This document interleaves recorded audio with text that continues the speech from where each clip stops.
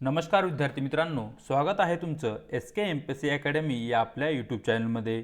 आज दिनांक 1/1/2024 तुमच्यासाठी घेऊन आलो आहे संपूर्ण लोकसत्ता वृत्तपत्र विश्लेषण।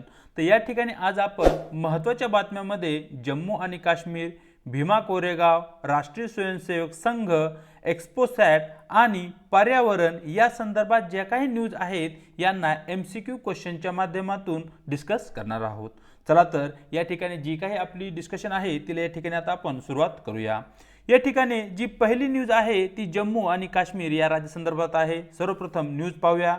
फुटीरतावादी हुरियतवर बंदी अशा प्रकारची न्यूज तुम्हाला लोकसत्ता पेज क्रमांक 1 वरती दिसून जाईल। या ठिकाणी या न्यूजला धरून सरळ आपला जो प्रश्न आहे तो प्रश्न पाहूया। जम्मू आणि काश्मीर या केंद्रशासित प्रदेशाला खालीलपैकी कोणत्या देशाच्या सीमा लागतात अशा प्रकारचा आपला प्रश्न आहे।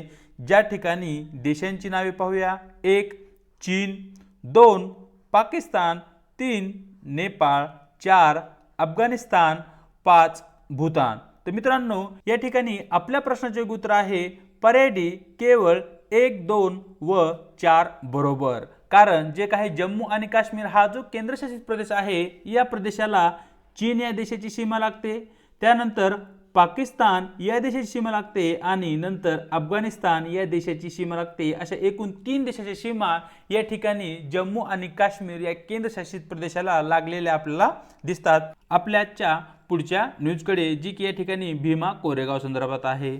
न्यूज पाहूया। भीमा कोरेगाव परिसरात गर्दीवर CCTV ड्रोन कॅमेऱ्याची नजर अशा प्रकारची न्यूज तुम्हाला लोकसत्ता पेज क्रमांक 2 वरती दिसून जाईल। सरळ या ठिकाणी जे काही आपला प्रश्न आहे तो प्रश्न पाहूया। 1818 साली झालेल्या भीमा कोरेगावचे युद्ध कोणत्या 2 सत्ता दरम्यान झाले होते अशा प्रकारचा आपला या ठिकाणी प्रश्न आहे। ज्या ठिकाणी पर्याय A इंग्रज व मराठे, पर्याय B हैदर अली व मराठे, पर्याय C निजाम व मराठे, पर्याय D इंग्रज व फ्रेंच। तर मित्रांनो या ठिकाणी या प्रश्नात जे काही आपले उत्तर आहे ते उत्तर आहे पर्याय A इंग्रज आणि मराठे यांच्यामध्ये 1818 साली युद्ध झाले होते आणि त्या ठिकाणी जे काही दलित बांधव आहेत ते इंग्रजांच्या साईडने लढले होते आणि त्या ठिकाणी त्यांनी खूपच उच्च प्रतीचं शौर्य दाखवलं होतं आणि त्यामुळे या ठिकाणी भीमा कोरेगाव या ठिकाणी इंग्रजांना मराठ्यांविरुद्ध विजय प्राप्त झाला होता आणि दलित बांधवांनी केलेल्या या सहकार्याबद्दल या ठिकाणी भीमा कोरेगाव या ठिकाणी जो काही विजय स्तंभ स्थापन करण्यात आला आहे या विजय स्तंभाला अभिवादन करण्यासाठी प्रत्येक वर्षी दलित बांधव 1 जानेवारीला भीमा कोरेगाव या ठिकाणी एकत्र येत असतात। चलूया आजच्या आपल्या प्रश्न क्रमांक 3 कडे जो की या ठिकाणी राष्ट्रीय स्वयंसेवक संघा संदर्भात आहे। सर्वप्रथम न्यूज पाहूया। नूतनीकरणासाठी डॉक्टर हेडगेवार यांच्या पुतळ्याचे स्थलांतर अशा प्रकारची न्यूज तुम्हाला त्या ठिकाणी दिसेल। तर या ठिकाणी या न्यूजला धरून सरळ आपला जो प्रश्न आहे तो प्रश्न पाहूया। राष्ट्रीय स्वयंसेवक संघाची स्थापना कोणी केली अशा प्रकारचा साधा सिंपल प्रश्न आहे। ज्या ठिकाणी पर्याय A B.S. मुंजे, पर्याय B गणेश सावरकर, पर्याय C L.V. परांजपे, पर्याय D डॉक्टर केशव बळीराम हेडगेवार। तर मित्रांनो या ठिकाणी या प्रश्नाचं जे काही आपलं उत्तर आहे त्या न्यूजमध्येच आहे। तर या ठिकाणी आपले योग्य उत्तर आहे पर्याय D डॉक्टर केशव बळीराम हेगडेवार यांनी राष्ट्रीय सेवक संघाची स्थापना 1925 साली केली होती आणि या ठिकाणी जो काही विजयादशमी आहे या दिवशी या ठिकाणी राष्ट्रीय स्वयंसेवक संघाची स्थापना झाली होती हेही तुम्हाला या ठिकाणी माहिती असणं आवश्यक आहे। चलूया आपल्या प्रश्न क्रमांक 4 कडे जो की या ठिकाणी एक्स्पोसॅट संदर्भात आहे। सर्वप्रथम न्यूज पाहूया। एक्स्पोसॅट उपग्रहाचे आज प्रक्षेपण अशा प्रकारची न्यूज तुम्हाला लोकसत्ता पेज क्रमांक 8 वरती दिसून जाईल। या ठिकाणी या न्यूजला धरून जो आपला प्रश्न बनतो तो प्रश्न पाहूया। अलीकडेच भारतीय अंतराळ संशोधन संस्थेकडून प्रक्षेपित करण्यात आलेला एक्स्पोसॅट उपग्रह कशाचे संशोधन करणार आहे अशा प्रकारची न्यूज आहे। या ठिकाणी पर्याय A ब्लॅक होल, पर्याय B सूर्य, पर्याय C चंद्र, पर्याय D तारे। तर मित्रांनो या ठिकाणी या प्रश्नाचे जे काही आपले योग्य उत्तर आहे ते आहे पर्याय A ब्लॅक होल याचे या ठिकाणी एक्स्पोसॅट कडून संशोधन केलं जाणार आहे।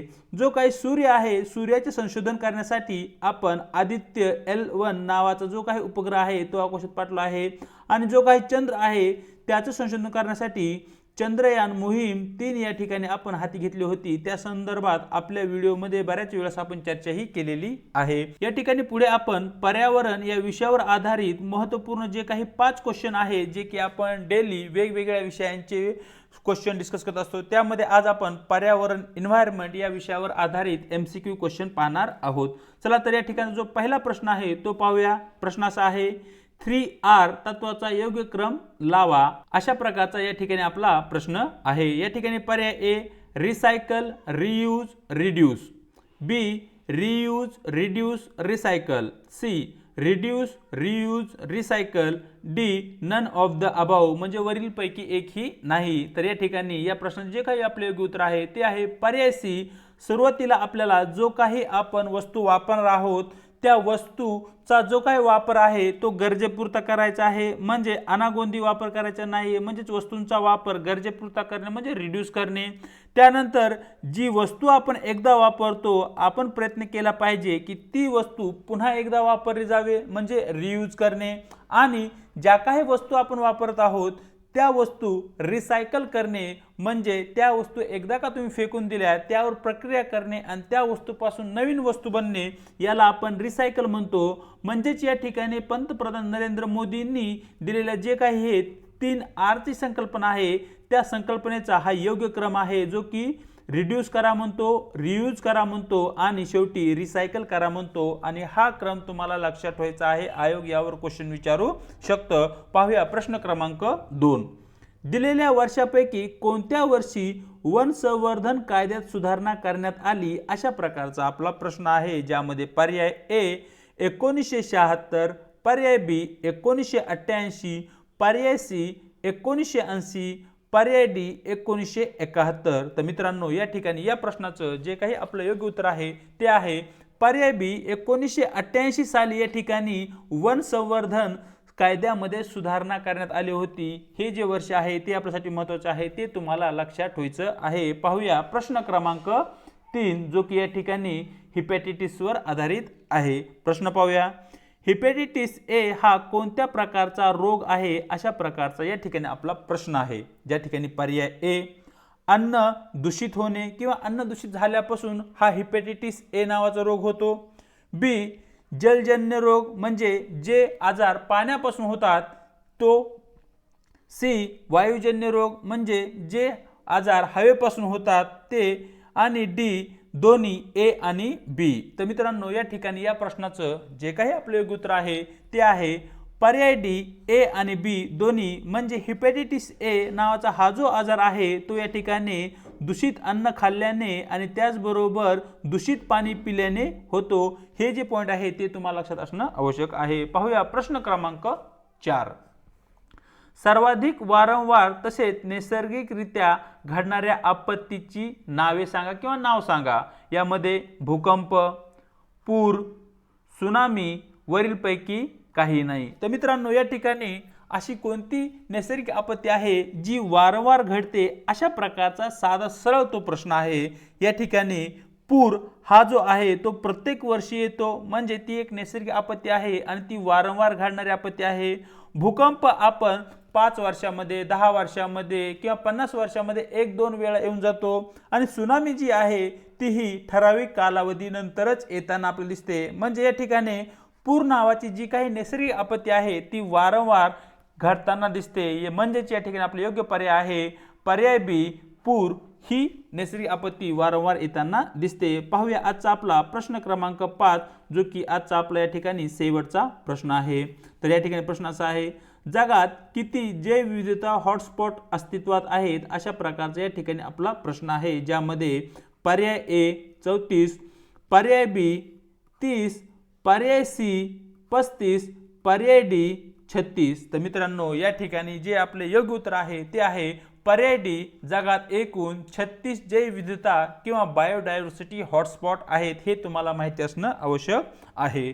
तर अशा प्रकारे मित्रांनो दिनांक 1 जानेवारी 2024चं म्हणजे 9 वर्षाच्या पहिल्या दिवसाचं या ठिकाणी आपलं जे काही वृत्तपत्र डिस्कशन आहे आणि पर्यावरणावर आधारित जे काही आपले MCQ क्वेश्चन आहेत त्यांना या ठिकाणी आपण व्यवस्थित प्रकारे डिस्कस केला आहे। चॅनलवरती जर नवीन असाल तर चॅनलला सबस्क्राइब, लाईक आणि शेअर करायला विसरू नका।